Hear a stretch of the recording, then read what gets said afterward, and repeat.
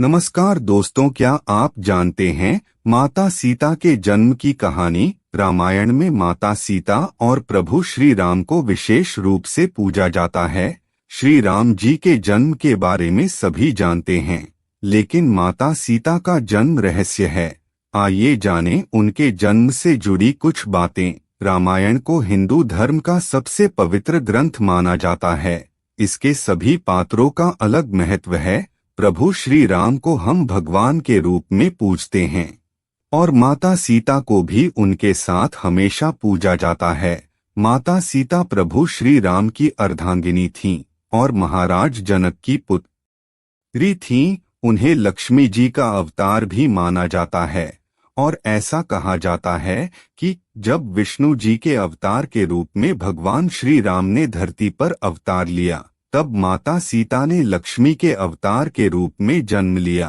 उनकी महिमा ऐसी है कि आज भी प्रभु श्री राम से पहले देवी सीता का नाम लिया जाता है। यदि हम माता सीता के जन्म की बात करें तो आज भी उनके जन्म को लेकर कई कथाएं प्रचलित हैं। सीता जी का जन्म एक रहस्य ही है। आइए जानें माता सीता के जन्म से जुड़े कुछ रहस्यों के बारे में। दोस्तों, इससे पहले कि आपने हमारे चैनल को लाइक और सब्सक्राइब नहीं किए होंगे तो प्लीज कर दीजिएगा। पौराणिक कथाओं के अनुसार माता सीता भगवान जनक को जमीन के नीचे मिली थीं। महर्षि वाल्मीकि जी की रामायण के अनुसार राजा जनक के समय में एक बार मिथिला राज्य में अकाल पड़ गया। ऋषियों ने राजा जनक से यज्ञ का आयोजन करने के लिए कहा, जिससे वर्षा हो और उनका कष्ट दूर हो। यज्ञ की समाप्ति के अवसर पर राजा जनक अपने हाथों से हल लेकर खेत जोत रहे थे।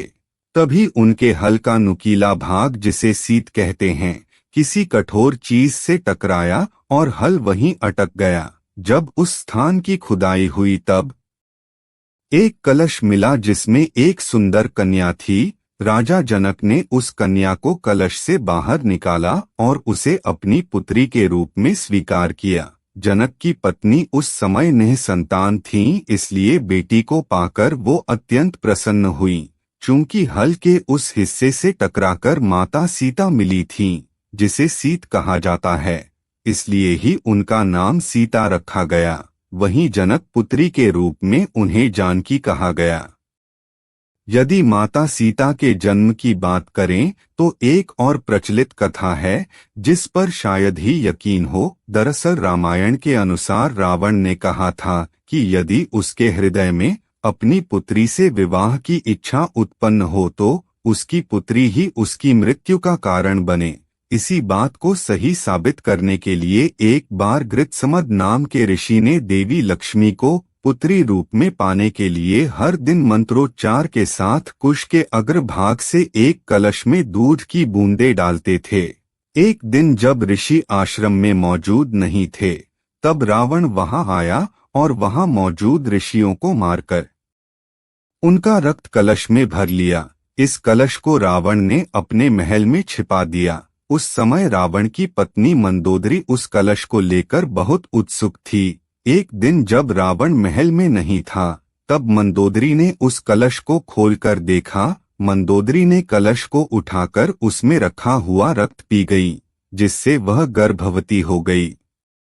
मंदोदरी का यह भेद किसी को पता न चले, इसलिए वह लंका से बहुत दूर अपनी पुत्री को कलश में छुपाकर मिथिला भूमि में छोड़ आई। इस प्रकार सीता जी का जन्म हुआ और वो रावण की पुत्री होने के साथ उनकी मृत्यु का कारण भी बनी। देवी सीता के जन्म की तीसरी कथा वेदवती नाम की एक ब्राह्मण कन्या से संबंधित है, जिसका उल्लेख ब्रह्मवैवर्त पुराण में मिलता है। इस कथा के अनुसार एक समय वेदवती भगवान विष्णु को पति के रूप में पाने के लिए तपस्या कर रही थीं। उसी समय हिमालय पर भ्रमण करते हुए रावण की नजर वेदवती पर पड़ी और उसके मन में वेदवती से विवाह का विचार आया। वेदवती रावण से बचने के लिए ऊंचाई से कूद गईं और मृत्यु के समय वो रावण को श्राप दे गईं कि आगे के समय में वो पुनर्जन्म लेकर रावण की पुत्री बनेंगी और उसकी मृत्यु का कारण बनेंगी। माता सीता का जब जन्म हुआ तब अपनी मृत्यु के भय से रावण ने उसे धरती पर एक कलश में रखकर गाड़ दिया। माता सीता का जन्म वास्तव में एक रहस्य ही है। दोस्तों, आपको यह कहानी कैसी लगी? अगर अच्छी लगी होगी तो प्लीज चैनल को लाइक और सब्सक्राइब नहीं किए होंगे तो प्लीज कर दीजिएगा। तो दोस्तों, मिलते हैं इसी प्रकार के अगले नए वीडियो में। तब तक के लिए जय हिंद, जय भारत।